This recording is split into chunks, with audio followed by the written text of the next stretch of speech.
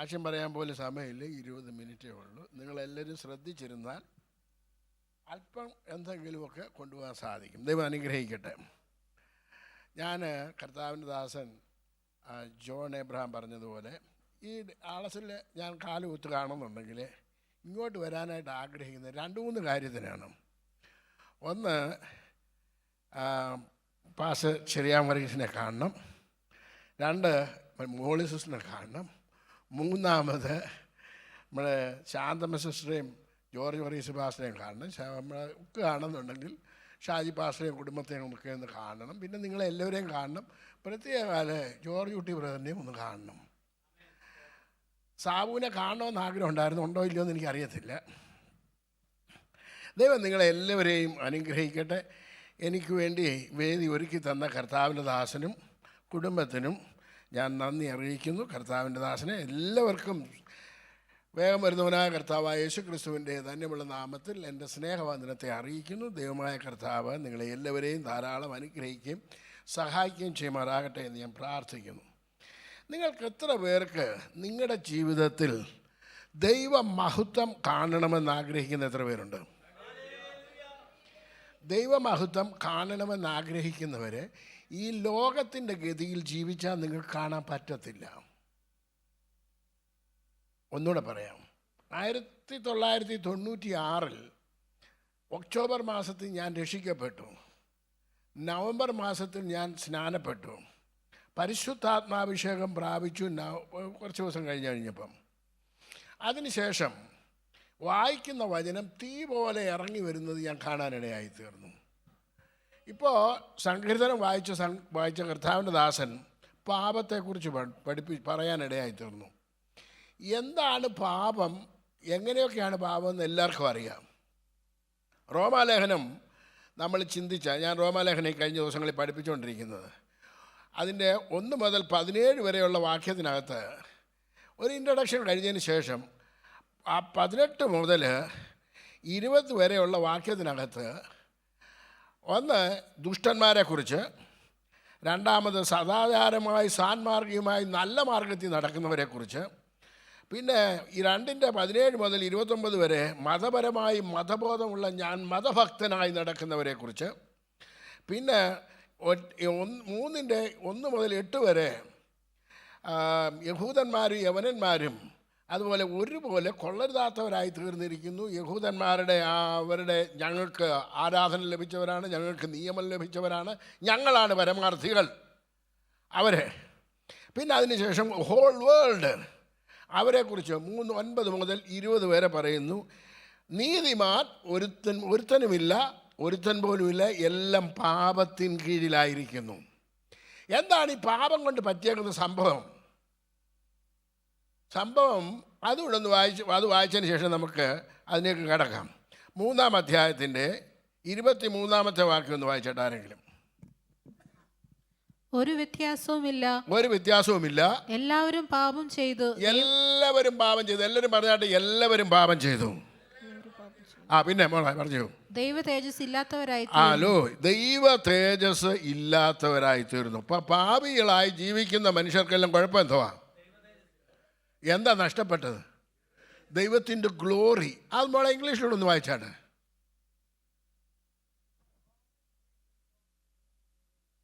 All of them are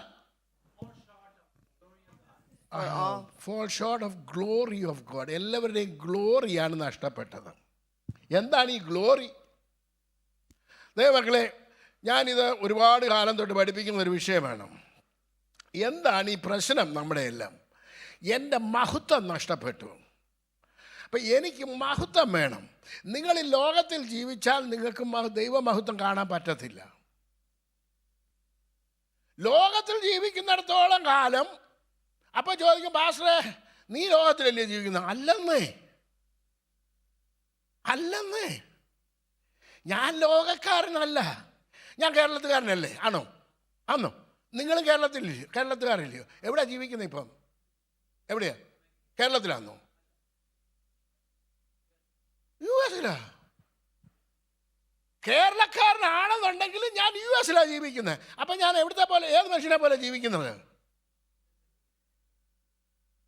അതോ ഞാൻ മലയാളികളെ പോലെ കൈലിയും മുണ്ടൊക്കെ എടുത്ത് ഞാൻ പണ്ട് അപ്പാർട്ട്മെൻറ്റ് വന്ന് താമസിച്ചു തന്നെ കൈലിയൊക്കെ എടുത്ത് മാനമായിട്ടൊക്കെ നടക്കുമായിരുന്നു. അപ്പം അവിടെയുള്ള അപ്പാർട്ട്മെൻറ്റ് മാനേജർ വിളിച്ചിട്ട് പറഞ്ഞു, ഇതൊന്നും ഇവിടെ പറ്റത്തില്ല. ഞാൻ പറഞ്ഞു, നിങ്ങൾക്കിവിടെ അണ്ടർ ഗാർമെൻറ്റ് ഇട്ടുകൊണ്ട് നടക്കാമെന്നുണ്ട്, പിന്നെ എനിക്ക് എൻ്റെ നാട്ടിലെ യൂണിഫോം ഇട്ടുകൊണ്ട് നടന്നാൽ എന്താ കുഴപ്പം? അത് നമുക്ക് പറയാനേ കൊള്ളത്തുള്ളൂ. Price the Lord. പണ്ടൊരു അച്ചാന്, ഞാനൊരു നാട്ടിൽ ചെന്നപ്പോൾ അച്ചാന് കയ്യിൽ കൊടുത്ത് ആട് ജോലി ചെയ്തുകൊണ്ടിരിക്കുകയായിരുന്നു. അപ്പം അച്ചാൻ എന്താണ്ട് ഹാർട്ട് അറ്റാക്ക് വന്ന് അച്ചാൻ അവിടെ വീണങ്ങ് മരിച്ചു. അവിടെ മരിച്ചപ്പോൾ എന്ത് പറ്റി? കയ്യിൽ അങ്ങ് ഉരിഞ്ഞങ്ങ് പോയി. അപ്പം ന്യൂസുകാർ പറഞ്ഞു, ഇന്ത്യൻ മാൻ ഡെഡ് നെയ്ക്കഡ്. അപ്പം നെയ്ക്കഡായിട്ട് കിടക്കുന്നതാണ്. ഇത് കേട്ടപ്പോൾ തന്നെ എനിക്ക് പേടി തോന്നി. ഇനി കയ്യിൽ കൊടുക്കുന്ന പരിപാടിയെ ഞാനങ്ങ് നിർത്തി. പിന്നെ ഷോർട്സ് വാങ്ങിച്ചിടാൻ തുടങ്ങി. കാരണം ഈ വയറ് കാരണം കയ്യിൽ കൊടുത്തോണ്ട് നടന്നു കഴിഞ്ഞ് കഴിഞ്ഞാൽ എവിടെയേലും വീണ് ചത്തിട്ടുണ്ടെന്നുണ്ടെങ്കിൽ നാണക്കേടില്ല. ചത്ത് കഴിഞ്ഞാലും ചമഞ്ഞ് കിടക്കണമെന്നാണ് എൻ്റെ അമ്മച്ചൊക്കെ പഠിപ്പിച്ചേക്കുന്നത്. എല്ലാം പറഞ്ഞാൽ ചത്ത് കിടന്നാലും ചമഞ്ഞ് കിടക്കണം. മക്കളെ, നിങ്ങൾ ദൈവമഹത്വം കാണാൻ പഠിക്കണം. എന്താണ് ദൈവമഹത്വത്തിനകത്തുള്ളത്? അത് ഞാൻ നിങ്ങളോട് ആദ്യം പറയാം. ഒന്ന്, പ്രസൻസ് ഓഫ് ഗോഡ്. ഞാൻ എവിടെ താമസിക്കുന്നതെന്ന് പറഞ്ഞില്ലല്ലോ നിങ്ങളോട്. ഫിലിപ്പിയ ലേഖനം എഫേസ്യ ലേഖനം 2-ാം അധ്യായം അതിൻ്റെ 19-ാമത്തെ വാക്യം. ആകയാൽ നിങ്ങൾ ഇനി അന്യന്മാരും പരദേശികളുമല്ല. ആകയാൽ നിങ്ങൾ ഇനി അന്യന്മാരും പരദേശികളുമല്ല, വിശുദ്ധന്മാരുടെ സഹപൗരന്മാരും ദൈവത്തിന്റെ ഭവനക്കാരുമത്രേ. അപ്പം ഞാൻ ഇവിടെ താമസിക്കുന്നവനാ. അപ്പം നിങ്ങളിവിടെ താമസിക്കുന്നേ, നിങ്ങളെവിടെ ഇരിക്കുന്നവരാണെന്ന് അറിയണ്ടായോ? എഫേസ്യ ലേഖനം 2-ാം അധ്യായത്തിൻ്റെ 6-7 വാക്യം വായിച്ചേട്ടോ. നിങ്ങൾ രക്ഷിക്കപ്പെട്ടിരിക്കുന്നു ക്രിസ്തയേശുവിൽ നമ്മളെക്കുറിച്ചുള്ള വാത്സല്യത്തിൽ അവന്റെ അത്യന്ത ധനത്തെ വരും കാലങ്ങളിൽ കാണിക്കേണ്ടതിന് ക്രിസ്തയേശുവിൽ അവനോടുകൂടി ഉയർത്തെഴുന്നേൽപ്പിച്ചു സ്വർഗത്തിൽ ഇരുത്തുകയും ചെയ്തു. നിങ്ങൾ എവിടെ ഇരിക്കുന്നവരാ? അതുകൊണ്ട് അവർ പറയുന്ന അച്ഛൻ കേട്ടിട്ടില്ലയോ, ലോകത്ത് ഞങ്ങൾക്ക് എന്തുകൊണ്ട്? അവർ ലോകത്ത് ജീവിക്കുന്നതുകൊണ്ടല്ലേ കഷ്ടമുള്ളത്, ആണോ അല്ലയോ? മക്കളെ, നിങ്ങൾ സ്വർഗത്തിൽ ഇരിക്കാൻ പഠിക്കണം. അടുത്തിരിക്കുന്ന ആളോട് പറഞ്ഞാൽ ഇനിയും തൊട്ട് സ്വർഗത്തിൽ ഇരിക്കാൻ പഠിക്കണമെന്ന് പറഞ്ഞാട്ട്. എടാ, വീട് താമസിപ്പിച്ചാൽ വീട്ടിൽ നിന്ന് ഇറങ്ങി പുറത്ത് പോയി നടക്കാൻ നിന്നോട് ആരണ്ട് പറഞ്ഞോ? നിന്നെ വീട്ടിലല്ലേ താമസിപ്പിച്ചേക്കുന്നത്, ആണോ അല്ലയോ? ദത്തെടുത്ത് ദൈവത്തിൻ്റെ വീട്ടിൽ താമസിപ്പിച്ച ലോകം മുഴുവൻ കൂടി നടക്കാൻ നിന്നോട് ആരണ്ട് പറഞ്ഞോ? മക്കളെ, ഞാൻ നിങ്ങളോട് പറയട്ടെ, എൻ്റെ 20-ാമത്തെ വയസ്സ് മുതൽ ഈ 43-ാമത്തെ വയസ്സ് വരെ ഞാൻ ലോകക്കാരനായിട്ട് ജീവിച്ചു. ആരായിട്ട് ജീവിച്ചു? ലോകക്കാരനായിട്ട് ജീവിച്ചു. ഈ ലോകം എന്ത് ചെയ്തെന്നറിയാമോ? ആ നല്ല ആരോഗ്യവും ആ ആരോഗ്യ സമയത്തുണ്ടാക്കിയ പണവും എന്ന് പറഞ്ഞു കഴിഞ്ഞാൽ Saudi Arabia, Muscat, Dubai, Bombay, America, ഇവിടെ വെച്ചെല്ലാം ഉണ്ടാക്കിയ പണവും ആരോഗ്യവും എല്ലാം ആര് കൊണ്ട് തിന്നു? ലോകം കൊണ്ട് തിന്നു. പിന്നെ എന്നെ കടക്കാരനുമാക്കി. അപ്പം ഞാൻ ദൈവഭവനത്തിൽ കയറിയപ്പോൾ സന്തോഷമുണ്ട്, സമാധാനമുണ്ട്, സ്വസ്ഥതയുണ്ട്. എൻ്റെ കുഞ്ഞുങ്ങൾ ഉന്നതമായ നിലവാരത്തിലേക്ക് ഉയരുന്നു, ഞാൻ ഉയരുന്നു, ലോകം മുഴുവൻ ദൈവവചനം സംസാരിക്കുന്നു. ഏതാ എനിക്ക് വേണ്ടത്? ലോകത്തിൽ ജീവിക്കണോ അതോ ദൈവത്തോടു കൂടി ജീവിക്കണോ?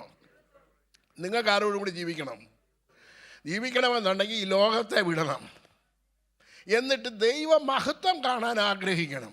കർത്താവിൻ്റെ വചനം പറയുന്നു, സകല മനുഷ്യരും ഒരുപോലെ ദൈവത്തിൻ്റെ മഹത്വം കാണും എന്നാണ് ദൈവവചനം പറയുന്നത്. ഒരുപാട് വാക്യങ്ങളുണ്ട്.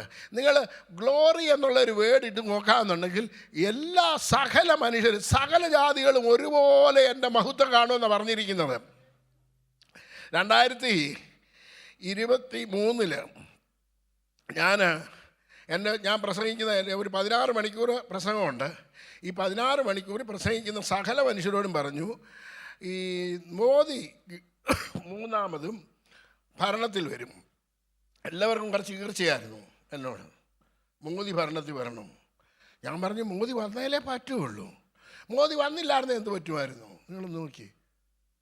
ഇപ്പം നിങ്ങൾ വഖഫ് ബോർഡ് എന്ന് പറഞ്ഞ നിയമം കേട്ടായിരുന്നോ? മോദി വന്നില്ലായിരുന്നു എന്ത് പറ്റിയനുമായിരുന്നു? ക്രിസ്ത്യാനിയുടെയും ഹിന്ദുക്കളുടെയും എല്ലാം മുതൽ ആരും കൊണ്ട് തിന്നേനേയും അല്ല കാക്കാമാരും കൊണ്ട് തിന്നേനേയും. Praise the Lord.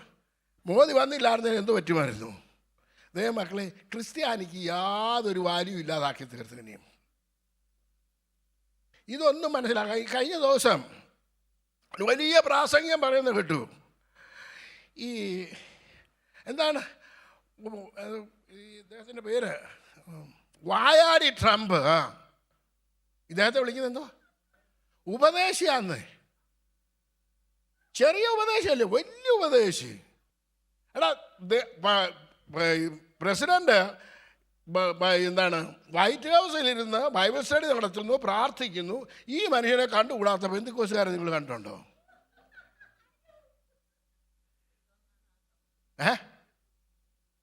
കണ്ടിട്ടുണ്ടോ കർത്താവിനെ? 2-3 പേരെ എഴുതി വിട്ടു ഈ ട്രംപിനെതിരായിട്ട്. ഞങ്ങൾക്കെല്ലാം ആരെ വേണം? ആരെ വേണം? നിങ്ങൾക്ക് കമല വേണ്ടിയവരൊക്കെ ഇതിനകത്തിലുണ്ടെന്നുണ്ടെങ്കിൽ നിങ്ങൾ തീർന്നു പോയി. കൊലപാതകിയാക്കി വേണ്ടി സപ്പോർട്ട് ചെയ്യുന്നവൻ എവിടെ ചെന്ന് ഗുണം പിടിക്കും? അവർ ദൈവമഹത്വം കാണാൻ പറ്റുമോ? ദൈവമഹത്വം കാണാൻ പറ്റുമോ? ദൈവമഹത്വം കാണണമെന്നുണ്ടെങ്കിൽ നീ കൊല ചെയ്യണ്ട, കൈ അടിച്ചാൽ മതി. നീ ആരുടെ കയ്യിലായി? പിശാചിൻ്റെ കയ്യിലായി. Price the Lord. ദൈവമക്കളെ, നിങ്ങൾ നീതിക്ക് ന്യായത്തിനു വേണ്ടി നിന്നാൽ നിങ്ങൾ ദൈവമഹത്വം കാണാനിടയായിത്തീരും. ഇപ്പോൾ എനിക്കധികം സമയമില്ലാത്തതുകൊണ്ട് ഞാൻ ഇതൊന്ന് പറഞ്ഞു വിടാൻ പോവാണ്. 2-3 കാര്യം കൂടെ നിങ്ങൾ പ്രത്യേകം ശ്രദ്ധിക്കേണ്ടത്. ഈ മാർത്ത വന്നു കർത്താവിനോട് പറഞ്ഞു, കർത്താവെ, നീ ഇവിടെ ഉണ്ടായിരുന്നെങ്കിൽ എൻ്റെ സഹോദരൻ എന്ത് ചെയ്യത്തില്ലായിരുന്നു? ഞാൻ ചോദിക്കട്ടെ, അത് കഴിഞ്ഞ് ഒരു 1/2 മണിക്കൂറോ 3/4 മണിക്കൂറോ കഴിഞ്ഞിട്ടാണ് മറിയ വന്നത്. മറിയാൻ പറഞ്ഞ ഇതെന്തായിരുന്നു? കർത്താവെ, നീ ഇവിടെ ഉണ്ടായിരുന്നെങ്കിൽ. ഇവർ രണ്ടുപേരും അങ്ങനെ പറയാനുള്ള കാരണം എന്തായിരുന്നു? ഒന്നിച്ച് വന്ന് പറയുകയാണെന്നുണ്ടെങ്കിൽ ഇവർ ഒന്നിച്ചാണ് പറയുമെന്ന് പറയാം. 2 നേരത്ത് വന്നിട്ട് 2 പേരും ഒരേ വാക്ക് പറയണമെന്നുണ്ടെങ്കിൽ ആര് പറഞ്ഞിട്ടായി പറഞ്ഞത്? അവിടെ വന്ന യഹൂദന്മാരും നാട്ടുകാരും പറയുന്ന വാക്കാണ് ആര് പറഞ്ഞത്? ഇതിന് മുമ്പേ കർത്താവിൻ്റെ അടുക്കൽ ഇവർക്ക് മെസ്സേജ് വിട്ടെന്താണ്? ലാസറിനെ ഇത് മരണത്തിനായിട്ടല്ല, ഇത് ദൈവനാമ മഹത്വത്തിന് വേണ്ടിയാണ്, ദൈവത്തിൻ്റെ മഹത്വത്തിന് വേണ്ടിയാണെന്ന് പറഞ്ഞത്. ഇവർക്ക് ഈ മെസ്സേജ് കിട്ടിയോ? കിട്ടിയില്ല. എന്താ കിട്ടാത്തത്? അവൻ വായിച്ചവൻ ഇവിടെ വന്നില്ല, പറഞ്ഞില്ല. അതായി പ്രശ്നം. പറഞ്ഞതൊട്ട് ഇവർ കേട്ടില്ല. ഇവർ കേട്ടത് മുഴുവൻ ഏത് വാക്കായിരുന്നു? ലോകക്കാർ പറയുന്ന വാക്കാണ്. അതാണ് നമ്മുടെ പ്രശ്നം. നമ്മളിവിടെ ഇരുന്നിട്ട് ദൈവവചനം ഇന്നത്തെ കാലത്ത് പറ്റിയേക്കുന്ന പരാജയം എന്നാണെന്നറിയും. ഞാനൊരു വീട്ടിൽ ചെന്ന് ഒരാൾക്ക് വേണ്ടി പ്രാർത്ഥിക്കുകയാണ് എന്നത്. ഇപ്പോൾ പെന്തിക്കോസുകാരുടെ പ്രശ്നം, നിങ്ങൾ പെന്തിക്കോസിലാണെന്നുണ്ടെങ്കിൽ തീർന്നു. ഇവിടെ ഉള്ള കാര്യമാണ് ഞാൻ പറയുന്നത്. ഞാൻ അതുകൊണ്ടാണ് ഇവിടോട്ട് വന്നത്. വിശ്വാസം പ്രഖ്യാപിക്കുന്ന ചിലരൊക്കെ ഇവിടെ ഉണ്ട്. ഷാജി പാസ്റ്ററെ അതിനുവേണ്ടിയാണ് വിളിച്ചേക്കുന്നത്. ചെറിയാൻ വർഗീസ് പാസ്റ്ററെ അതിനുവേണ്ടിയാണ് വിളിച്ചേക്കുന്നത്. ഞങ്ങൾ തമ്മിൽ കണ്ടത് ഒരു പ്രാവശ്യം ഇവിടെ ഒത്തിരിയും വർഷത്തിന് മുമ്പാണ്, ഹോം ഡിപ്പോയിൽ വെച്ചാൽ. ഇന്നത് എന്നോട് പറഞ്ഞു, കൃഷിക്ക് വേണ്ടി എല്ലുപൊടി നല്ലതാണെന്ന് പറഞ്ഞു. ഞാൻ പറഞ്ഞു നല്ലതാണെന്നോ? ഓക്കെ, അത് ഞാൻ എടുത്തുകൊണ്ട് പോയി. അപ്പം പോകുന്ന വഴിക്ക് കർത്താവിനോട് ചോദിച്ചു, നീ എവിടെ കൊണ്ടുപോയി എല്ലുപൊടി? കൃഷിക്കിടാനായിട്ട്. നീ അല്ലേ പറഞ്ഞ എല്ല് ഒരു കാശിനും കൊള്ളത്തില്ലെന്ന്? എല്ല് അങ്ങ് ഡ്രൈ ആയി, ഇനി ഒന്നിനും കൊള്ളത്തില്ലെന്ന്. എഗസ്കേൽ പറഞ്ഞത് കർത്താവെ നീ അറിയുന്നതാണ്. ഞാൻ പറഞ്ഞത് കർത്താവ് ഇതൊന്നിനും കൊള്ളത്തില്ലെന്ന്. അപ്പം കർത്താവ് പറഞ്ഞു, നീ ഇതെന്തിനാണ് കൊണ്ടുപോയത്? ജീവൻ വെപ്പിക്കാനല്ലേ കൊണ്ടുപോകുന്നത്. പറഞ്ഞാട്ടെ, എൻ്റെ എല്ലുകൾക്ക് ജീവനുണ്ടെന്ന് പറഞ്ഞാട്ടെ.